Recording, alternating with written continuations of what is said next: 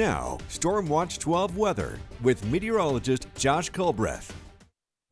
Well, things are rocking and rolling in Josephine County right now as we have this big band of not only rain, but some higher elevation snow that is moving through right now. And also, just something interesting to point out, along the coast, we're actually seeing a lot of sunshine right now as we're getting a little bit of a dry break in the action, but a little bit later we'll have more rounds of rain and, of course, higher elevation snow for some of those coastal ranges. We do have a winter weather advisory in place for eastern Klamath County, going into Lake County. This is in place from 4 p.m. today to 10 in the morning on Saturday, as we could have a couple inches fall within this area shaded in purple. And so we'll time it all out with Stormcast. This is by the time we get to this evening, so by the time we're on the air for News Watch 12 at 6, additional showers coming through the Curry County coastline and then spreading inland. And look at this. This is going to be a bit of a messy commute. Let's say maybe you want to go out for dinner tonight, or whatever you're doing on your Friday night. It's going to be messy down in Siskiyou County and over on the east side as snow levels will drop throughout the course of the day. And come time for midnight, it is still going strong down there in Siskiyou County and over on the east side as well. But this surface low pressure, and when you hear low pressure, just think active weather. When you see all that spinning counterclockwise of all the snow showers on Stormcast, that's what it is. Everything that it's spinning around the low pressure system. That system, all that being said, gets out of here very quickly as we go into Saturday morning, and then we'll see a lot of sunshine as we get into the rest of the day on Saturday. That'll hopefully help to help out some of those pass conditions, because we're definitely going to have some slick to snowpack pass conditions for your Saturday morning. We're getting some beneficial rainfall, or at the very least some beneficial precipitation from all of this, especially down in southern Siskiyou County, and we'll get some beneficial snowfall from all of this too, as snow levels, they're dropping down to 2,500 feet overnight.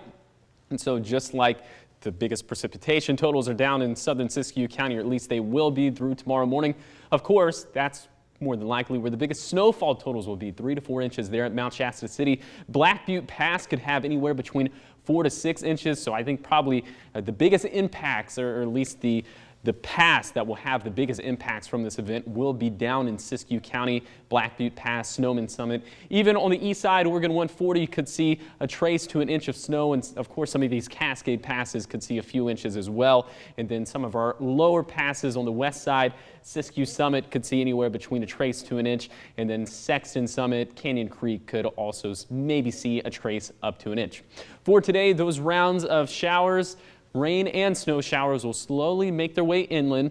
It's going to be a chilly day, but we will see some breaks within the clouds, some sunshine, and then overnight everything will transition into snow on the east side down into Siskiyou County. It'll be a very cold rain throughout the Rogue Valley. It looks like things will dry out there along the coast, but it will be a cold night indeed. But thankfully, temperatures, they will feel very spring-like, especially as we head into Monday and Tuesday, getting back into the low 60s.